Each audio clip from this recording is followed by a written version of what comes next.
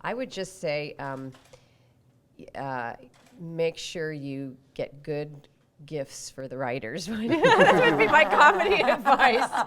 Cozy up to the writers and make sure they're writing good stuff for you. Oh, that's great advice. I was going to say just trust the process, because as a writer-producer also, I know that sometimes on Monday it's like just not there, the script, but by the time you tape, it's always there. And it's, if you can make, suggestions, that's always helpful. But if you can't, then just don't be frustrated. Just trust the process. Well, Peter and I, who are the showrunners, started out as both of us actors.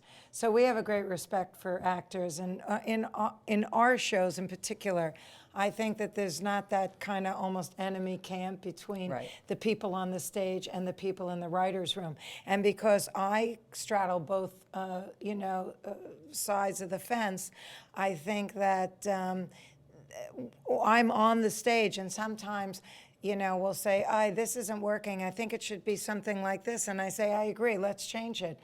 Or I'll say, they'll say, should we call a writer? And it's like, hello?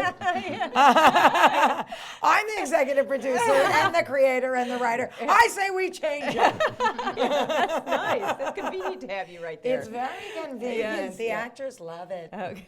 This way. And Kat, Two Broke Girls is in front of a live audience. Yes. Does it feel like, I've heard actors say it feels like almost like a stage production, like you're doing a play? Yeah, it does. Do you feel that way? Yeah, I do, and I'm not used to that. I've never done that really before. I did it for a minute when I was like 14 and I didn't know anything, so I was like, oh, this is great.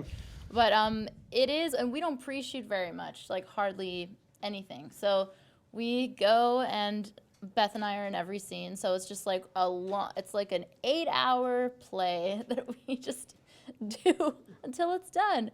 And it's very daunting. Like every week we both are like, oh my God, I can't believe we're doing this again. I don't know how to do it. I don't know how to memorize. Where are my feet? I don't know. But we do it every week somehow. Somehow we do it, and we feel really proud of ourselves at the end. Like, that's worth it, because at the end, and you've done it, and you've shot a 52-page script, you're like, yes. From that. I've become my character, unfortunately. That dark? Yeah, no, my boyfriend says things like, oh, that sounds like something the bitch would say. I'm like, uh-oh. But yeah, for me, for sure, Nanashka and I became really close. We have the same sense of humor. We both, we're both really, really dirty and naughty. I'm very critical. It's bad. I recently watched some episodes way later from when they aired, and that's the ticket. Like, that's the only way that I can appreciate anything. Otherwise, I'm like, oh my God, why would I do this? Why would I say it like that? I could have said it like this. I used to obsess about during rehearsal, and like when we'd have a break, I'd go out and by myself on the soundstage and rehearse stuff. And I had kids, and it was like, I've got to go. Right.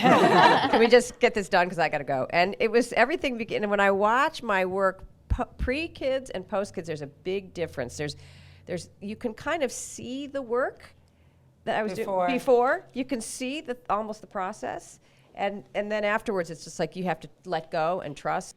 I never thought I would do comedy ever. When I first started acting, I thought I was a dramatic actress. And then I would be auditioning for like Law and Order and crying, and people were laughing.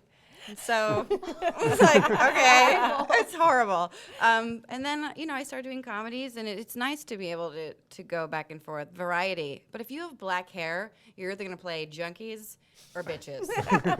Do you enjoy when people come up to you?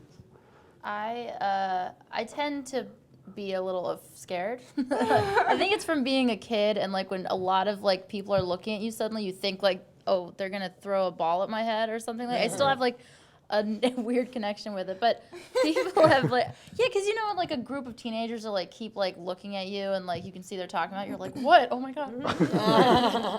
So that's what I do. But people have been really positive, and I was just in Boston, and I had this amazing woman named Linda, who was a waitress at an oyster restaurant. Who just made her day.